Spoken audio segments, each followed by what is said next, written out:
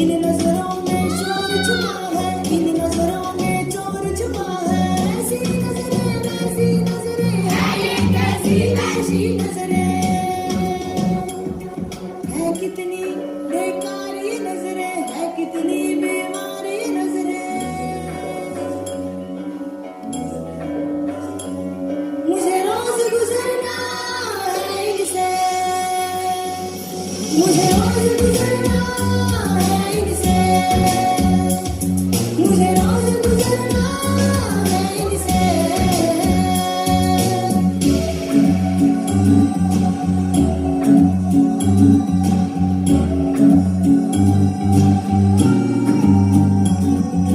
सड़क है सूनी, रात अंधेरी, हो गई घर जाने में देरी। धड़कन पीछे आ रही है, बाइक का हॉर्न बजा रही है।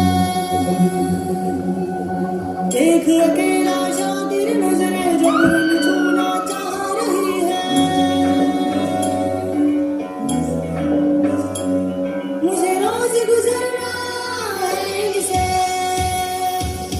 मुझे रोज गुजरना है इनसे, मुझे रोज गुजरना है इनसे। तेरी नजर में ख्वाब बहुत है, हिम्मत के सैलाब बहुत है। मेरी नजर में ख्वाब बहुत है, हिम्मत के सैलाब बहुत है। ये वहशी नजरें झुकाने को मेरी आंखों में जवाब बहुत है। मुझे रोज गुजरना है इनसे, मुझे रोज गुजरना है इनसे, मुझे रोज गुजरना है इनसे, मुझे रोज गुजरना है इनसे, मुझे रोज गुजरना है इनसे।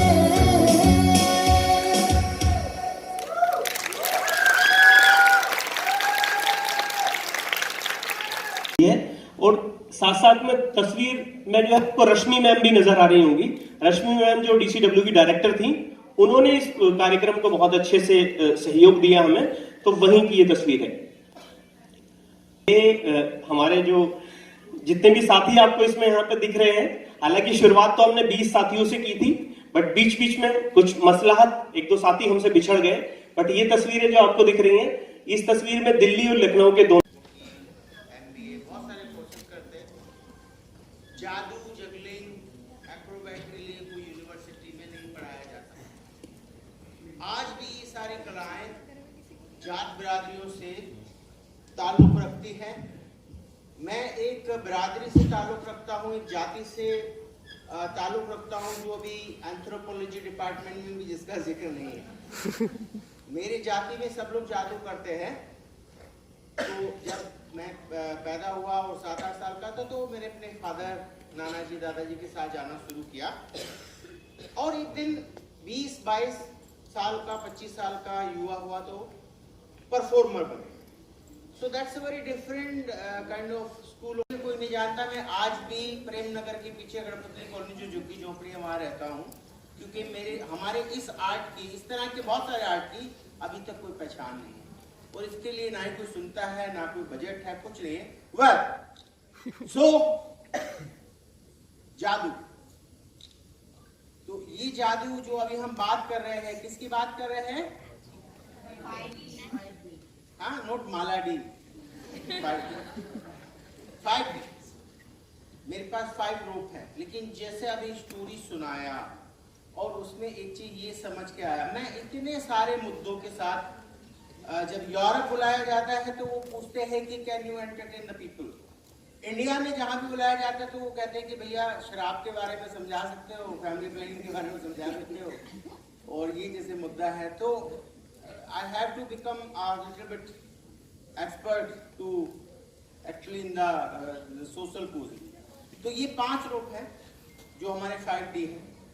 तो 1 2 3 4 5, 1 2 3 4 5, और इसके अंदर 2 नोट्स हैं, वो इसलिए कि रोप गुम ना जाए।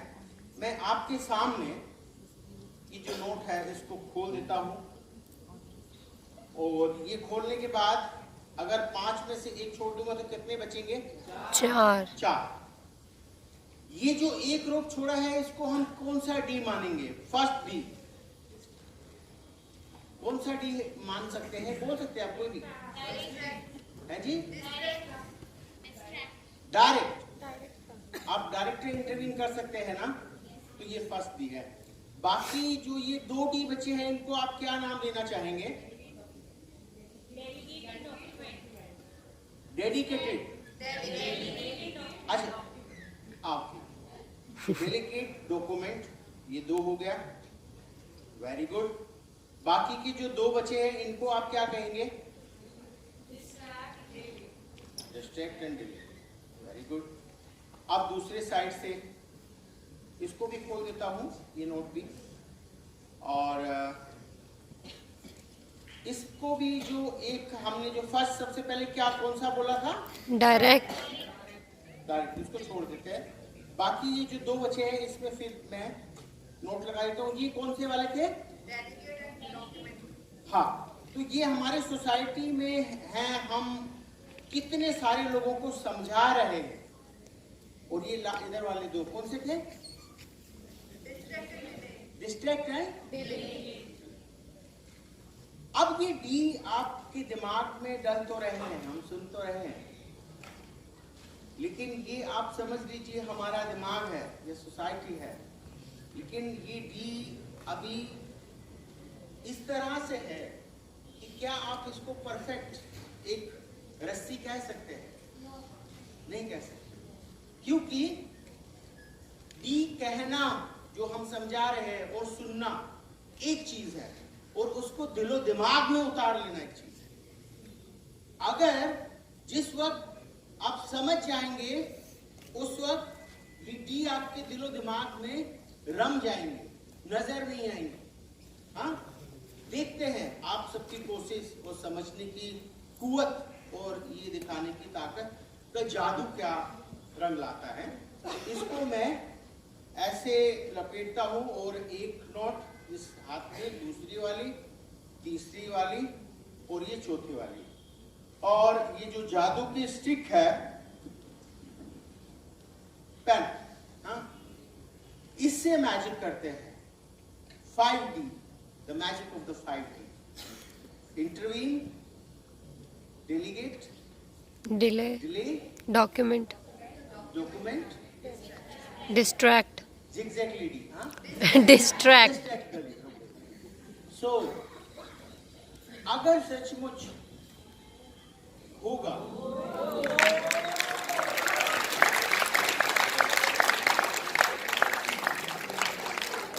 so that's the breakthrough and we want कि सिर्फ कहना सुनना ना हो, इस तरह से दिमाग में चले जाए कि हम इसको सीखें।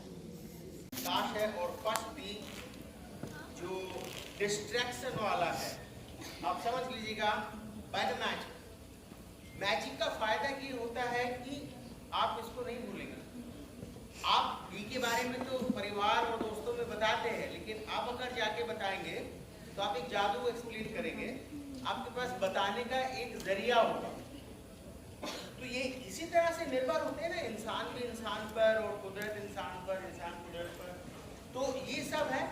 इसमें ताश के बारे में सब लोग जानते हैं? अच्छा, देखिए कितना जानते हैं हम। बताइए इसके अंदर कितने कार्ड्स होते हैं? 52। कितने कलर्स होते हैं? किसने बोला? 2 होते हैं। कलर्स 2 होते हैं। नहीं, यही हमारा प्रॉब्लम है, हम देखते हुए नहीं देखते। तो हमें देखते हुए देख करके होशियार रहना है। सेक्सेस 4 होते हैं। सेक्सेस 4 होते हैं ना, स्पैड, क्लब, हार्ट्स एंड डायमंड, और 2 कलर्स। अब देखिए, आप संसार में कहीं भी चले जाइए, आपको डिफरेंट लैंग्वेजेस मिलेंगी, खाने पीने, पहनना, सब कुछ अलग मिलेगा। लेकिन कार्ड आप ले लीजिए, चाहे जापान में, चाहे तो अमेरिका में, चाहे न्यूजीलैंड में, कार्ड आपको 52 मिलेंगे। So what is the reason? Why not more than 52? Why not less than 52? जिन्होंने पहले शो देखा है ना वो नहीं बोल रहे। हाँ मैं बताता हूँ, क्योंकि कार्ड्स किस लिए बने? हम क्या करते हैं नॉर्मली कार्ड्स के साथ? खेलते, which is wasting of the time. Cards invented for astrology. There are 52 weeks in a year, therefore 52 cards. 4 suits are not for playing. 4 suits are for season of the life. King as a person, rest of the 12 cards as a 12 months. Red is symbol of the day and black is symbol of the night. क्योंकि हमारा आधा जिंदगी अंधेरे में कटता है और आधा उजाले में। ये जो वर्कशॉप्स होते हैं ना, और सीखना सिखाना होता है, इससे बहुत कुछ सीखने को मिलता है। बहुत मैं देखता हूँ बहुत सारे लोग बैठ के साइड में नहीं मत करो, ये बहुत मेहनत के साथ होता है, आप थोड़ा सा सीख जाओ तो कुछ ना कुछ हासिल होगा।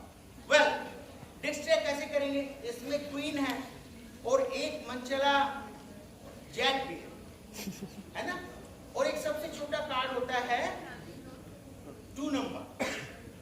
देखिए डिस्ट्रैक्ट करने से क्या होगा, ये मान लीजिए जितने कलर दिख रहे हैं ना, ये सब प्रॉब्लम है।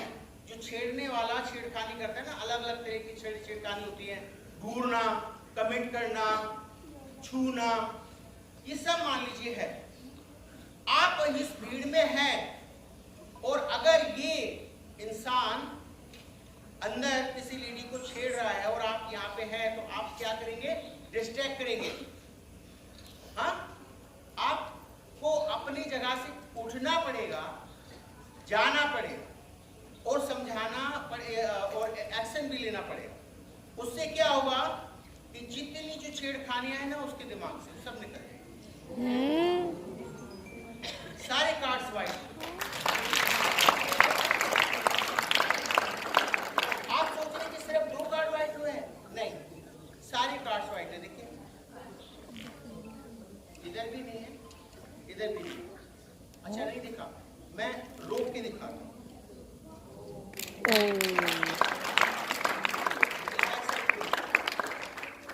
लेकिन होता ये है कि कोई समझता नहीं है, कोई एक्शन नहीं लेता है और सिचुएशन वहां की वहीं बनी रहती है और ये होता रहता है, सब कुछ वहीं का वहीं। तो ये हमें नहीं पता।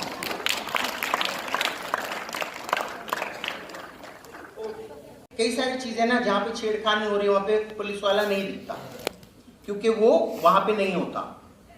लेकिन हमें ये जैसे अंडा अंदर गया, हमें नहीं दिख रहा, लेकिन पता तो है by the shape of the egg that egg is there. तो हमें ये तो पता है कि एक हेल्पलाइन नंबर है जहां पे पुलिस वाले तक पहुंच सकते हैं। अगर ये यहां नहीं होगा तो क्या होगा? गिर जाएगा, टूट जाएगा। लेट्स सी, नहीं टूटा। अच्छा कौन मुझे बताएगा क्यों नहीं टूटा? क्योंकि ये जानना जरूरी है मैजिक एंजॉय करना। प्लास्टिक का है, नकली है? नहीं, ये बात नहीं है। ये अंडा इसलिए नहीं टूटा क्योंकि ये जापानी मुर्गी का अंडा है और जापान के पास सबसे अच्छा टेक्नोलॉजी है, इकोनॉमी भी बेहतर है। So all chickens are very educated. हमारे यहाँ बच्चों को स्कूल देख रहे हो क्या हालत हो रखी है। वहां पे मतलब मुर्गी अंडा देती है, खुद हथौड़ी भी देती है कि भैया तोड़ के खाओ। बहुत मजबूत अंडा है। तो ये है अंडा और ये सो दैट्स जॉब। और अभी this is the police station and police wala is under the hanky, and now I would like to invite a volunteer for this कि एक woman, girl or man, whoever wants to become a police station. आजी जिसको Zahra, please give a big hands. Fatima Zahra, आपको क्या करना है? ये police वाला और आपको पुलिस स्टेशन बनना है। ये हेल्पलाइन नंबर है जहाँ पे पुलिस वाला होता है। लोगों को ऐसा लगता है कि ये इसमें से निकल नहीं सकता, आ नहीं सकता, बट हमें दिखाना ये है कि आ सकता है। लेकिन मेरे आपको ऐसे पकड़ना है इसको बस। अब ये फातिमा ज़हरा के पास पुलिस वाला है तो ये इसको फोन जाएगा तो आएगा।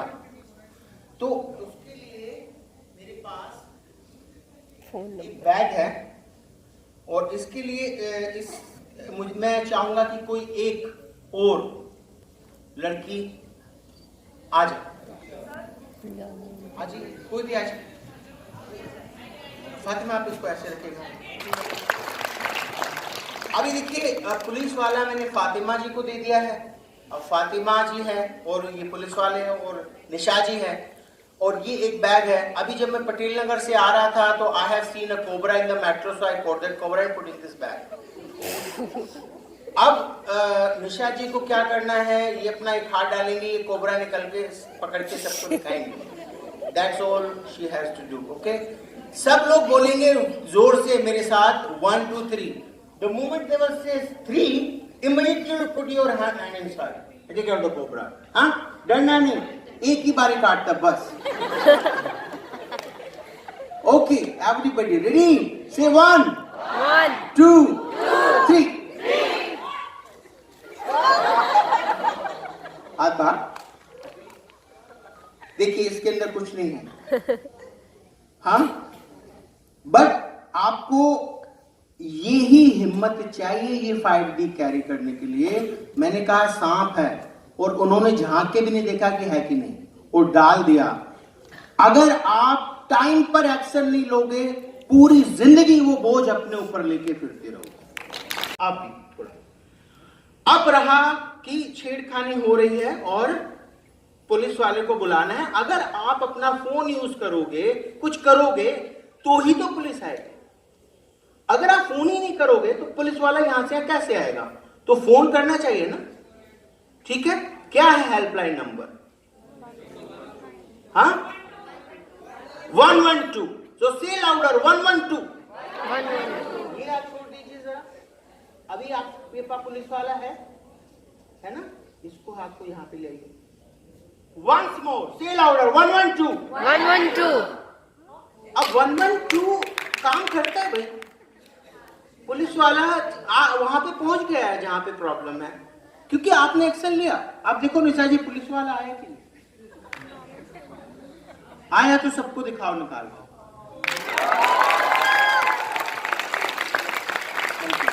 Thank you Fatima, thank you Nisha, thank you.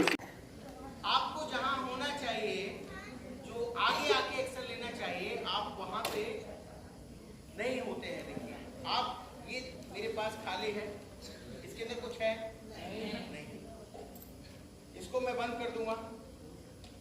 और अभी आप यहां पर हैं, यहां पे रहेंगे तो दिखेंगे, माने एक्शन आप यहां से ले सकते, क्योंकि लोग आपको देखेंगे तभी तो असर होगा।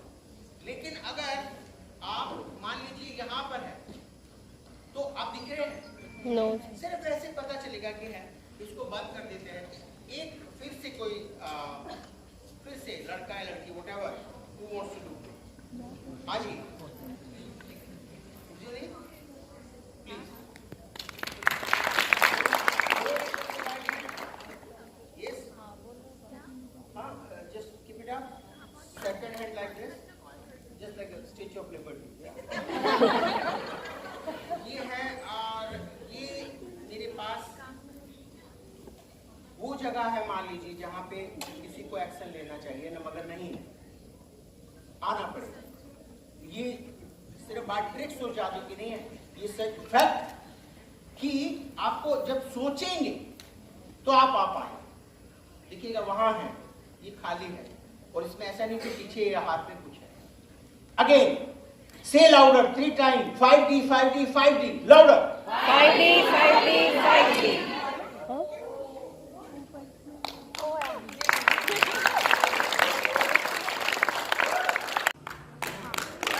दिया है। ये सब जरूर आप सबके साथ जुड़े रहे होंगे। आपने देखा होगा, आपको फोन करके बोला होगा कि भैया डेट दे दीजिए, हमें सेशन करना है। आपसे बोला होगा कि आज ऑनलाइन ही करा दीजिए, उधर आने में मसला है। आपने बोला होगा कि कोविड के दौरान कैसे आपसे मिलेंगे, आप ऑनलाइन ही कराइए ना प्लीज। तो यही सब लोग थे, यही सब लोगों ने जो है सेशंस लिए हैं, अलग अलग जगह जाके ट्रेनिंग्स की है। और आगे आ जाए, सब आगे आ जाए। और मैं ब्रेक थ्रू से 2019 से एसोसिएटेड हूँ। जब मैंने इस फेलोशिप के बारे में सुना, आई वॉज वेरी एक्साइटेड, क्योंकि ऐसी अपॉर्चुनिटी थी जो मैं हमेशा से करना चाहती थी। बहुत ही कम उम्र से मुझे जेंडर इश्यूज़ में बहुत इंटरेस्ट था, और मैं इस के चेंज को लेके फोर फ्रंट में रह के चीज़ों को बदलना चाहती थी। सो मैंने ये फेलोशिप ज्वाइन किया और जब हमें ट्रेनिंग मिली हॉलाबैग से तो वहाँ बहुत अप्रिसिएशन भी मिला और मेरी कम्युनिकेशन स्किल्स को लेके और सब लोगों ने बहुत अप्रिशिएट किया। पर मुझे लगा कि ठीक है ये हो जाएगा, पर रियल चैलेंज तब स्टार्ट हुआ व्हेन वी स्टार्टेड नेटवर्किंग।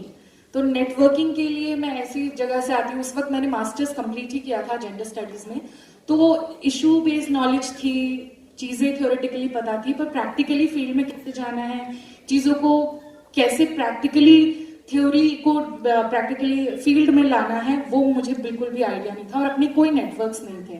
सो मैंने धीरे धीरे लोगों को रीच आउट करना स्टार्ट किया। स्ट्रैटेजीज मैंने अपनी प्लान करी कि मैं प्रोफेसर्स को रीच आउट करूंगी। इनिशियली कुछ सेशंस मिले और चीज़ें अच्छी जा रही थी, पर एट द सेम टाइम मैंने बहुत इस्लामोफोबिया फेस किया, क्योंकि मेरे पहनावे से ही लोग समझ जाते थे कि मैं एक मुस्लिम महिला हूँ। तो बहुत बार लोग मेरी कैपेबिलिटी पे भी डाउट करते थे कि अरे इन्हें क्या आता होगा, ऊपर से ये जामिया नगर से आई हैं, शायद इन्हें इंग्लिश भी नहीं आती होगी, इनको शायद इतना नहीं पता होगा। तो बहुत बार लोग कतराते थे। बहुत बार ऐसा हुआ कि ट्रेनिंग सेशंस फाइनलाइज हो गए, सब कुछ हो गया, जैसे ही मेरा फोटो उन्होंने मांगा, मैंने फोटो भेजा, उन्होंने देखा अच्छा ये मुस्लिम महिला है, वो भी हिजाब पहनती है, तो बिल्कुल कैंसिल कर दिया सेशन ही। तो ऐसे बहुत बार आए मेरे साथ चैलेंजेस। एक बार मैं ऑनलाइन ट्रेनिंग सेशन में थी, एक स्टूडेंट ने मुझे इस्लामोफोबिक स्लर्स बोलना स्टार्ट करा चैट बॉक्स में, और मैं वो देख रही थी और सेशन भी आगे सेंटेंड कर रही थी। तो मैं बहुत डिस्टर्बिंग था मेरे लिए, पर at the same time Breakthrough की टीम में हमें कैपेसिटी बिल्डिंग प्रोग्राम्स होते थे, मेंटल हेल्थ सेशंस हमारे साथ होते थे, जिससे हमने बहुत मेंटली भी ग्रो किया। एट द सेम टाइम एक अचीवमेंट ये रहा कि प्रैक्टिकली मैंने बहुत कुछ चीज़ें सीखी और ब्रेक थ्रू की मीडिया टीम का भी पार्ट हूँ आज। और एक बात की बहुत खुशी है कि यही मेरा सबसे बड़ा अचीवमेंट है और मैंने ब्रेक थ्रू की जर्नी यहाँ ख़त्म नहीं की है। ब्रेक थ्रू के साथ मैं आगे भी as a media team member जुड़ी हूँ। This is something I am really proud. Thank you so much. Breakthrough के साथ जुड़ी थी तो मतलब कॉलेज टाइम से ही ना मुझे पब्लिक स्पीकिंग का बड़ा शौक था, बट शौक होना ही काफ़ी नहीं होता, आपके अंदर वो कॉन्फिडेंस भी होना चाहिए कि आप लोगों के बीच में जाके उनके सामने अपनी चीज़ों को रख पाओ एंड उनके जो जवाब क्वेश्चन जो आ रहे हैं उनको आप आंसर कर पाओ। तो मैंने सोचा था कि मैं बोल सकती हूँ अच्छा और मुझे जाना है फेलोशिप में। तो जब मैं ब्रेक थ्रू के साथ हम लोगों की ट्रेनिंग हुई तो वो बहुत मतलब मेरे लिए ब्रेक थ्रू एक टर्निंग पॉइंट रहा है मेरी लाइफ का, इसलिए क्योंकि घर में भी मैंने हरासमेंट देखा है, इवन बाहर भी जाते थे वहां पर भी हमने हरासमेंट देखा है। तो जब होता था एक्सपीरियंस करते थे समझ में नहीं आता था क्या करें। एंड क्योंकि सोसाइटी में ऐसा हम लोगों को बना दिया है कि अगर कुछ भी होगा तो गलती सिर्फ तुम्हारी है, मतलब हम कुछ बोल भी नहीं सकते अगर हमारे साथ कुछ गलत हो रहा है। बट ब्रेक थ्रू के साथ जुड़ी तो कहीं ना कहीं वो चीज भी समझ में आई कि गलती हमारी नहीं है ना। तो दूसरी चीज ये कि एज अ ट्रेनर लोगों के बीच में जाना और इस ट्रेनिंग को लोगों तक लेके जाना जो हमारा मोटिव है कि तो मुझे अपॉर्चुनिटी ब्रेक थ्रू में मिली, तो मैंने जहाँ पर यूथ को ट्रेनिंग देनी शुरू करी। तो शुरू में काफी सारे चैलेंजेस रहे थे, जहाँ पे जैसे एक रोमा ने चैलेंज रखा था कि आप ट्रेनर हैं। तो एक बार मेरे साथ तो ये भी हुआ था इवन कि मैं एक जगह सेशन करने गई थी, तो वहाँ पे किसी पार्टिसिपेंट ने ये बोला कि आप क्या सिखाओगे हमें, हम तो आपको खुद ही सिखा देंगे, आप इतने बच्चे लग रहे हो। मैंने कहा ठीक है कोई बात नहीं, आप ट्रेनिंग लो, ट्रेनिंग लेने के बाद अगर कुछ ना समझ आए फिर भी लगे कि अरे बच्ची ने क्या सिखाया क्या नहीं, उसके बाद फिर डिसाइड करना कि मैं बच्ची हूँ या बड़ी हूँ। तो ये फियर ना हर जगह रहा था। तो उन्होंने जब सेशन लिया, सेशन के बीच में ही वो इतना नर्वस हो गई थी ना सुनने के बाद ही, उन्हें खुद ब खुद ही फील होने लगा था कि अरे हाँ बहुत बड़ा मुद्दा है और इस इतने बड़े मुद्दे पर इस एज के लोग काम कर रहे हैं। तो फिर मैंने उनसे सवाल भी किया कि ट्रेनिंग कैसी लगी, तो उन्होंने बोला कि बहुत अच्छी ट्रेनिंग थी और मैं ये चीज़ अपने बच्चों को भी आगे बताने वाली हूँ। तो ये चैलेंज ना हर जगह रहा था जहाँ हम नेटवर्किंग करने जा रहे हैं। बेसिकली मैं अपनी बात करूँ तो मेरे को तो यही फियर रहता था कि मैं बच्ची लगती हूँ या फिर सामने वाला कोई पर्सन बोल भी देता है कि अरे आप तो इतने छोटे लग रहे हो, आप ट्रेनर हो, तो कॉन्फिडेंस एकदम लो हो जाता था। बट पूरी थ्रू आउट जर्नी में ये भी सीखा कि कुछ लोग ऐसे भी हैं जो अंडरस्टैंड करते हैं कि आप सिर्फ बच्चे। एग्जाम्पल दूंगी क्योंकि मुझे पता है पूरा प्रोग्राम डिजाइन इसी तरीके से है। तो एक एग्जाम्पल से बता रही हूँ कि 4-5 महीने पहले मेरे बिल्डिंग के नीचे कुछ लोग ना खड़े होके ड्रिंक किया करते थे, और जब भी किसी का बर्थडे होता था तो बहुत गंदे गाने बजाते थे। और ये ऑलमोस्ट 3-4 साल से हम झेल रहे थे क्योंकि हम उस एरिया में नए नए शिफ्ट हुए थे। तो हम हमेशा आपस में घर में डिस्कस करते थे कि इस एरिया में रहते नहीं हैं, हम चेंज कर लेते हैं। भले ही हम बदलाव की बात करते हैं, पर जब इस एरिया में रहते हैं, अगर वहाँ पे कुछ प्रॉब्लम हो तो सोचते हैं कि शायद बदल लेना चाहिए, यहाँ से मूव कर जाना चाहिए। खैर ये भी मैंने सोचा कि मूव करना चाहिए या नहीं करना चाहिए, या फिर मुझे बदलना है। बट खैर एक दिन मैंने ऐसे ही डिसीजन लिया, क्योंकि अगले दिन मुझे कहीं जाना था और मैं बहुत गुस्से में थी उस दिन कि क्यों ये बजा रहे, इतनी देर तक मुझे सोना है, मैं सो नहीं पा रही हूँ। फिर वो नॉर्मल गाने से गंदे गाने में कन्वर्ट हो गया। फिर मैंने उनमें से जितने लोग खड़े थे उनमें से एक की वाइफ को कॉल किया। मैंने बोला प्लीज भैया को बोल दीजिए कि ये सब बंद करें, मुझे सोना है, मैं बहुत डिस्टर्ब हो रही हूँ। उन्होंने बोला, फिर मैंने ऊपर से मैं बालकनी से देख भी रही थी, तो उनमें से एक बंदे का स्टेटमेंट था, अरे आज तो डिवोर्स हो जाए बट फिर भी ये पार्टी चलेगी। फिर मैंने बहुत सोचा समझा, मुझे समझ नहीं आया, मैंने घर में भी डिस्कस किया। फिर मैंने 112 पे कॉल मिला दिया, क्योंकि वो अपने कम्युनिटी के लोग थे, तो ये करने में प्रॉब्लम आती है। आउटकम के लिए मैं इतनी प्रिपेयर्ड नहीं थी, कर तो दिया। बाद में मेरे को लग रहा है हम 1-1.5 महीने तक घर में सभी लोग परेशान थे, क्योंकि हमारे घर में मैं सिस्टर के साथ रहती हूँ, उनकी बेटी है, हम उसको नीचे खेलने भी नहीं भेज रहे थे कि कहीं कुछ प्रॉब्लम में ना आ जाए उनके साथ, उसका बदला वाला ऐसा कुछ सीन हो जाए। क्योंकि क्राइम पेट्रोल वगैरह बहुत देखती थी स्कूल टाइम में, तो डर वैसा वाला है मेरे अंदर, तो फियर तो बहुत था। खैर मैंने एक्शन लिया, पुलिस आई, मैंने पेट्रोलिंग भी लगवाई, उस टाइम उनके ऊपर एक्शन भी हुआ और वो होना बंद हो गया है। 1.5 महीने 2 महीने तक बहुत हालत खराब थी। मैं रोज सोचती थी कि मैंने ये किया, इसका हजारा मेरे घर वालों को भुगतना ना पड़े, बट खैर ऐसा कुछ भी नहीं हुआ। तो ये बस छोटा सा मैंने बताया, बट बहुत चेंजेस आए, मैं बता नहीं सकती कितने चेंजेस मेरे अंदर आए हैं। सो बहुत बहुत थैंक यू। जो फेलोज हैं, जो इंटर्न्स हैं, उन सबकी कहानी सुनी। मैंने तो कहानी आज ही सुनी है, पर जब से हम धीरे धीरे बड़े हो रहे हैं तो हर नारी की अपनी एक कहानी होती है, तो उसी को कुछ शब्दों में पिरोकर आप सभी के सामने लेकर आई हूँ। उम्मीद करती हूँ आपको कविता जो है वो पसंद आएगी। ये कविता की सीख मुझे एक लाइन ने मुझे प्रेरणा दी, क्योंकि जब तक मन के हारे हार है, मन के जीते जीत, तो जब तक हमारा मन है वो हारा हुआ है, तब तक हम हारे हुए हैं। और अगर मन ने एक बार ठान ली कुछ करने की, तो हम जिंदगी में बहुत कुछ कर सकते हैं। एक बार अपने मन को समझा लीजिए कि हाँ मुझे करना है। तो पैदा होते ही जिसके ना गूंजे खुशी की किलकारी, वो है नारी। शुरुआत से शुरुआत कर रही हूँ। पैदा होते ही जिसके ना गूंजे खुशी की किलकारी, वो है नारी। मात पिता की लाडली ना बन सकी बेचारी, वो है नारी। मात पिता की लाडली ना बन सकी बेचारी, वो है नारी। हर चीज से उसको पीछे हटाया गया, नारी होने का एहसास कराया गया। शिक्षा में भी पूर्ण होने दी भागीदारी, परिवार में मातम छाया जब पैदा हुई नारी। हर पीड़ा सहकर भी वह बुद्ध सी खड़ी रही। सभी ने देखा शुरुआत में हर कोई जो है सहता है, उसके बाद ही जो है मन उनको कुछ कहता है और फिर वो अपने जो है आगे कदम बढ़ाती है। हर पीड़ा सहकर भी वह बुद्ध सी खड़ी रही, अपने अपमान के खिलाफ वह कुछ न बोल सकी। अपने हक की बात करने पर उसको दबाया गया और ज्यादा कुछ कहने पर उसे घर ही बैठाया गया।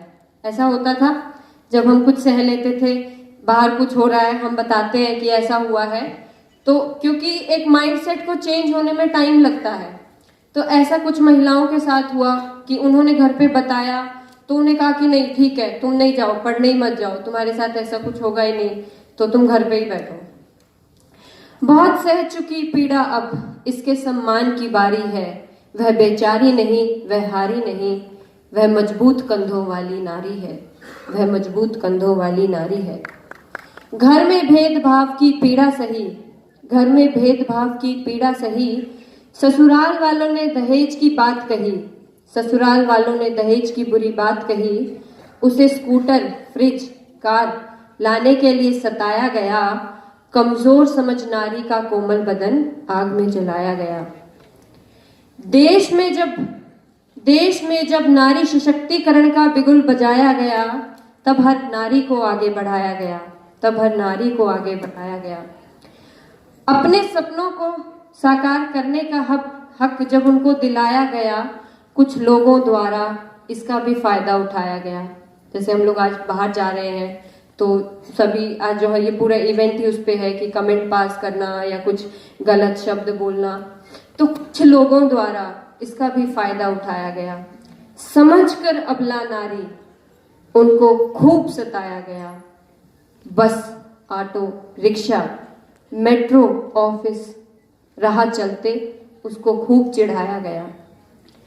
आगे कदम जब जब उसने रखा, तब तब उस पर जुल्म ढाया गया, तब तब उस पर जुल्म ढाया गया। इंदिरा गांधी ने प्रधानमंत्री बन नारी में चेतना जगाई। अंतरिक्ष में जाकर कल्पना चावला ने भारत की शान बढ़ाई। ऐसे हमारे पास बहुत सारे एग्जाम्पल हैं, अगर मैं नाम लूं तो कम पड़ जाए। सुषमा स्वराज ने विदेश मंत्री बन अपनी संस्कृति का मान बढ़ाया। गीता और बबीता ने पहलवानी कर छोरों को भी चित कर दिखलाया। सभी जानते हैं कि गीता और बबीता जो है हरियाणा की फेमस पहलवान है। तो इन सब से हमें प्रेरणा लेनी है, इन सब से प्रेरणा ले अब आगे हमें बढ़ना है। अब नहीं है बेचारी जिसके पैदा होते ही ना गूंजे खुशी की किलकारी। शिखा दलाल करती है समाज से हाथ जोड़कर प्रार्थना। अब बारी है हौसलों को बुलंद कर कामयाबी के कदम छूने की। चलो आज लेते हैं प्रण और करेंगे इनकी रक्षा हर क्षण। इन वायदों को पूरा करने की अब हमने कसम खानी होगी। तभी तो हर घर की नारी की अपनी एक कामयाबी की कहानी उसी की जुबानी होगी। धन्यवाद। बहुत शुक्रिया शिखा। और शिखा के शब्द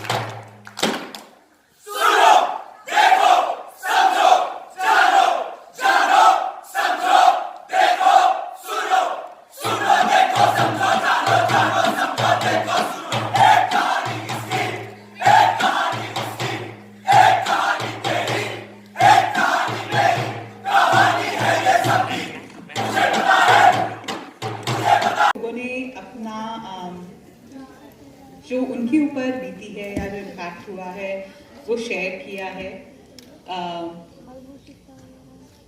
मतलब hats off to Breakthrough team जिसने जिसको कहते हैं ना आंदोलन क्रिएट कर देना लोगों के दिमाग में। मतलब उसकी एक झलक मैंने यहाँ पे देखी और बहुत बड़े रूप में झलक देखी है। और मतलब मेरे पास सच में शब्द नहीं है। बट मैं ये ज़रूर कहना चाहूँगी कि यहाँ पे जितने भी लोग उपस्थित हुए हैं, आप लोग सब इस जर्नी के साथ जुड़े। ये जर्नी और आगे कंटिन्यू होगी।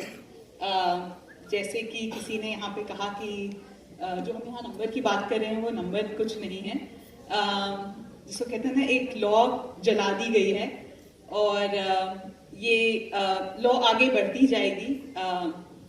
तो यही अनुरोध है कि ये जो बहुत बड़ा मुद्दा है स्ट्रीट हैरेसमेंट का, जो कि केवल महिलाओं तक ही सीमित नहीं है, केवल इस चीज़ पे सीमित नहीं है कि कौन किस उम्र का है, क्या पहनावा है।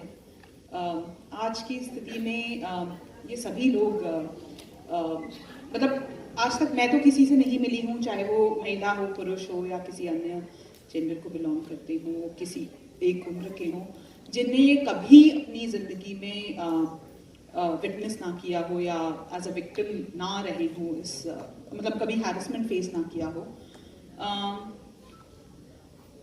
पर इस ट्रेनिंग के माध्यम से जब मैंने पहली बार ये ट्रेनिंग देखी थी तो मुझे लगा था कि मुझे ये पहले क्यों नहीं पता था। इतनी सारी जिंदगी निकल गई, जब खुद फेस किया, जब विटनेस किया, पर कभी कुछ नहीं कर पाए। और ये यकीन है कि क्योंकि अब आप लोग इतने सारे लोग जुड़ गए हैं इस आंदोलन के साथ, तो चेंज जरूर आएगा।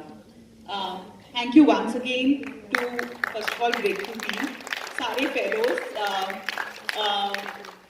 मतलब आपकी जर्नी मैंने आज से 2 साल पहले आप लोग को देखा था और आज देखा, इतना बड़ा चेंज, और ये जर्नी आप लोग के बिना नामुमकिन थी। ब्रेकथ्रू टीम जिनने मतलब कोई वर्ड्स नहीं है, उनने हर स्थिति पे सपोर्ट किया है। मुझे वो वक्त भी याद है जब हमने बस शुरुआत ही की थी और कोविड हो गया था, और ये सेकेंड वेव की बात है, जब सब लोग अपनी लाइफ में भी पर्सनल चैलेंजेस के थ्रू मतलब जूझ रहे थे, बट एक टीम की तरह मतलब सपोर्ट करते रहे, आगे बढ़ते रहे। जितने भी पार्टनर्स यहाँ मौजूद हैं, आप सबका फिर से तहे दिल से धन्यवाद। आपके बिना ये कभी मुमकिन नहीं हो पाता।